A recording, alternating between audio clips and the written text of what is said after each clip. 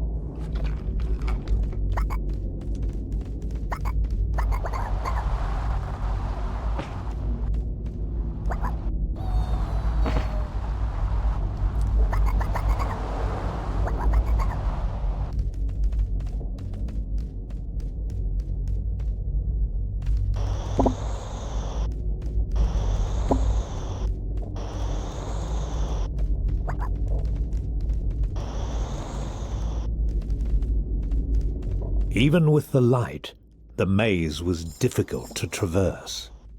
Was there some clue in the structures on the walls? Was the path of sand on the ground meant to help them?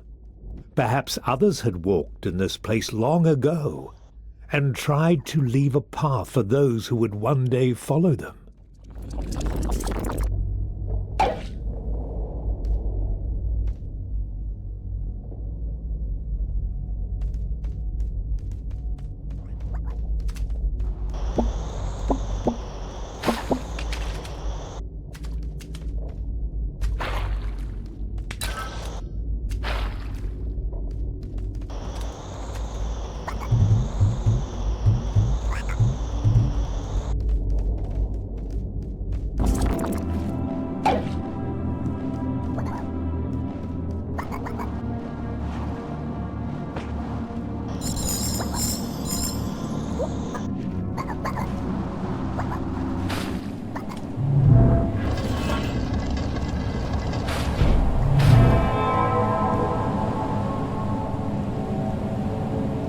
Encountering another elder was a happy moment. The Trebhum asked how they might survive the cylinder, and the elder replied, "I can feel your fear, little ones. Ever since this cataclysm began, we have been seeking ways to stop it. But the cylinder is relentless and indestructible. It will consume everything in its path. So, perhaps what we need to do is go behind it. I have discovered a mutation that allows us to rise into the sky. You must seek a weeping tree from which grows a special fruit that floats as it becomes ripe. It is the key to the transformation I have undergone.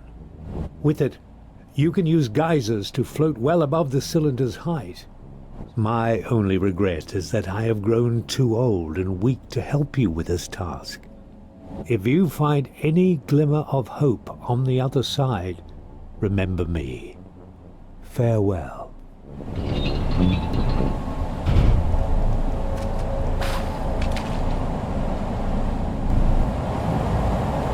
Sadness and fear filled the Trebhum's hearts as they left the Elder's cave.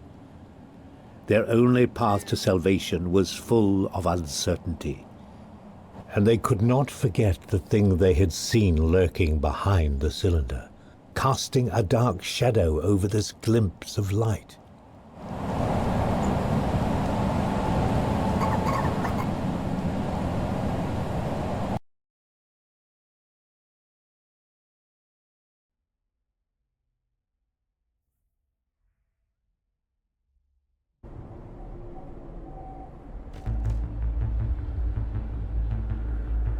The Trebhum had never seen this mysterious tree the Elder spoke of. They would have to keep moving forward and hope it lay somewhere ahead. The cylinder would give them no other choice.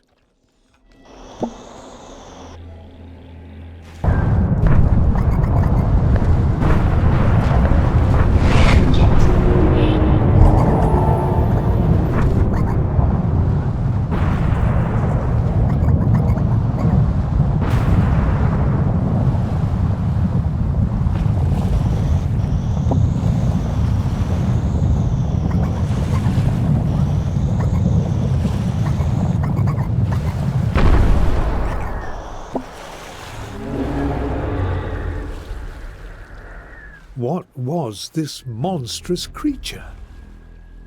Was this one of the cylinder's servants? The ones the elder had warned them of? Its very form terrified the Trebhum. Even the voice and their memories seemed frightened of it. And then, somehow, the Trebhum remembered the creature's name. It was called the Mathematician.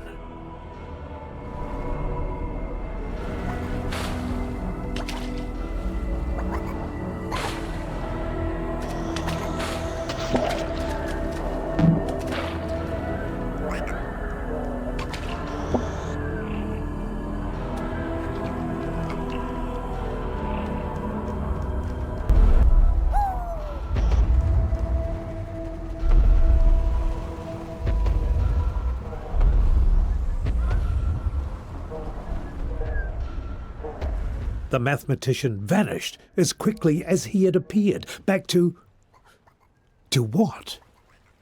What lay behind the cylinder?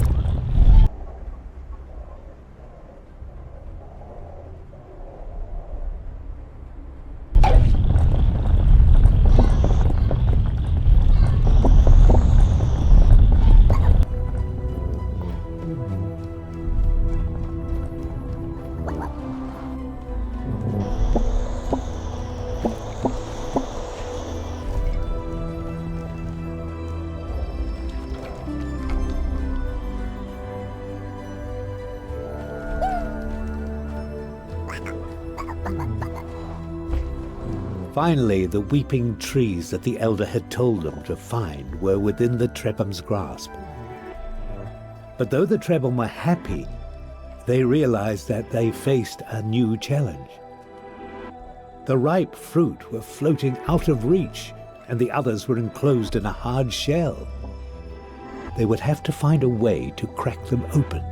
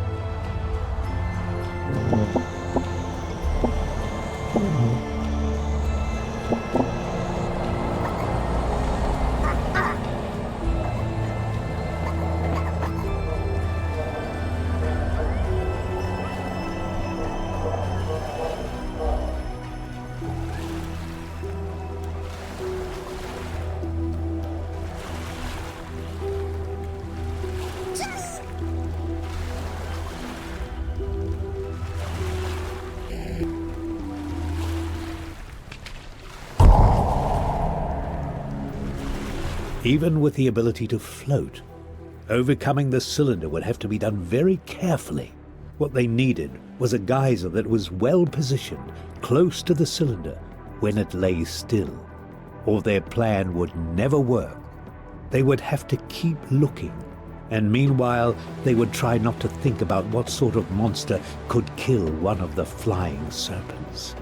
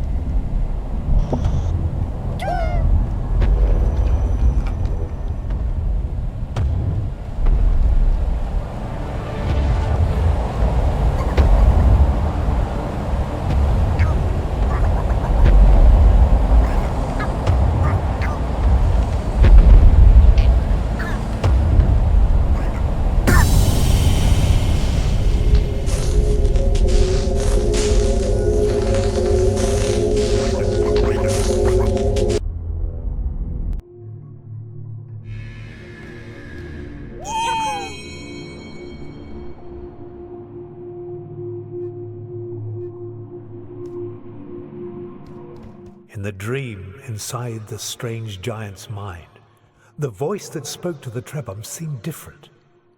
It was less like a memory, more like something alive. But there were so many other voices too, lost in this place.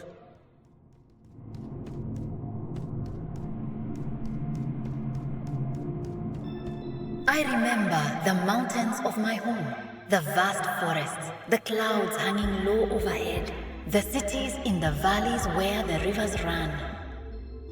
I remember the faces of my children and the songs we sang when the stars rose high.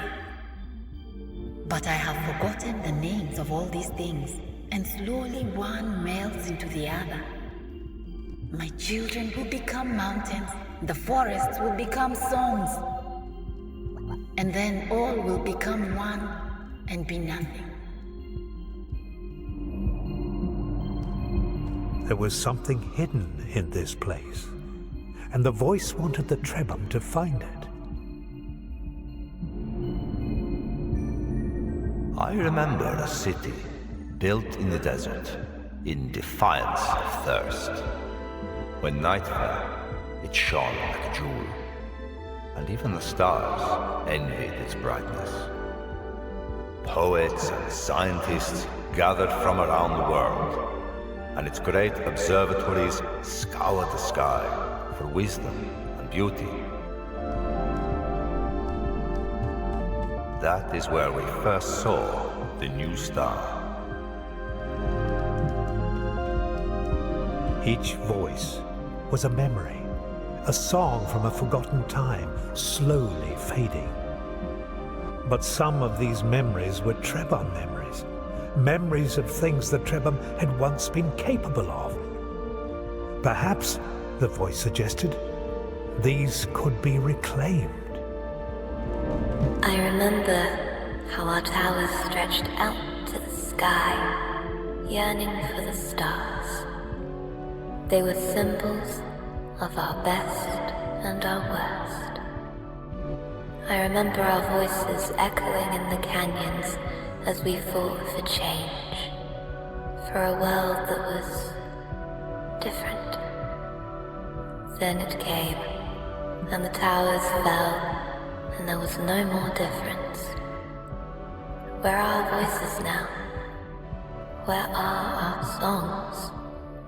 I only hear one, and it is eternal.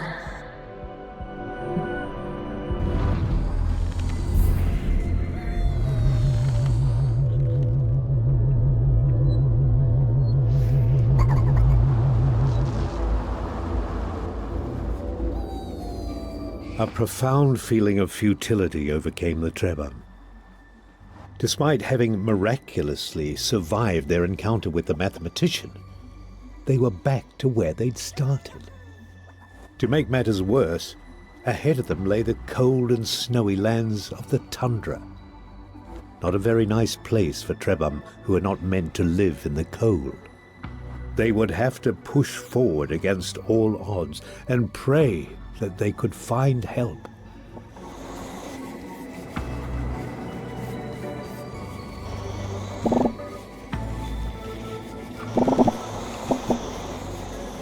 If the Trebhum were going to deal with this terrible cold, they needed to find a mutation that would keep them warm.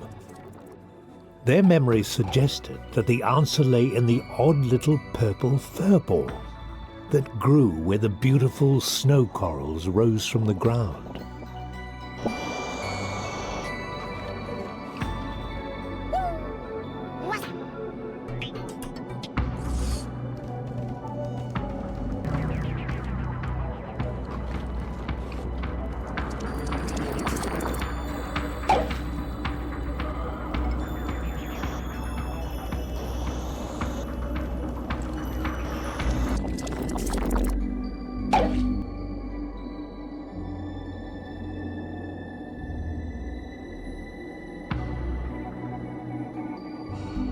With this new pair of eyes, the Trebhum felt, well, to be perfectly honest, they felt rather silly. But despite that, the voice in their minds told them, With these eyes, they could learn much about the creatures they encountered. The voice was glad about this. It was knowledgeable in the manner of animals, and now it could contribute its wisdom to their memories.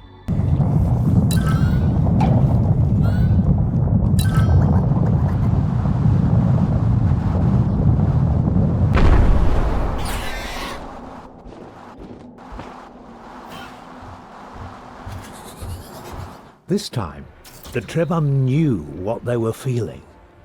Here was another servant of the cylinder. But what shape would this creature's evil take? It did not seem interested in the Trebhum. The servant of the cylinder had released a swarm. Small parasites had come from within it and attached themselves to the creatures in this area. It was somehow using them to corrupt the tower, to turn its protective force into a trap. All Trebhum hate parasites by nature, and they hated these even more. They would have to remove them. But how?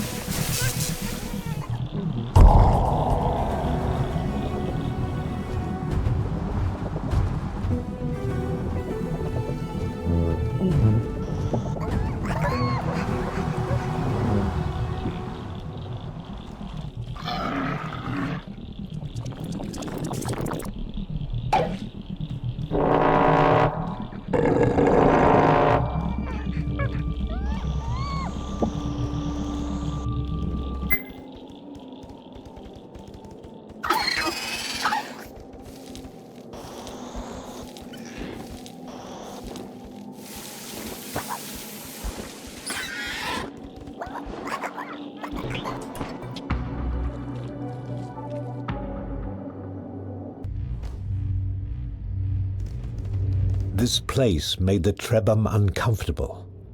It felt like a place of desperation, where terrible, bitter things had happened a long, long time ago.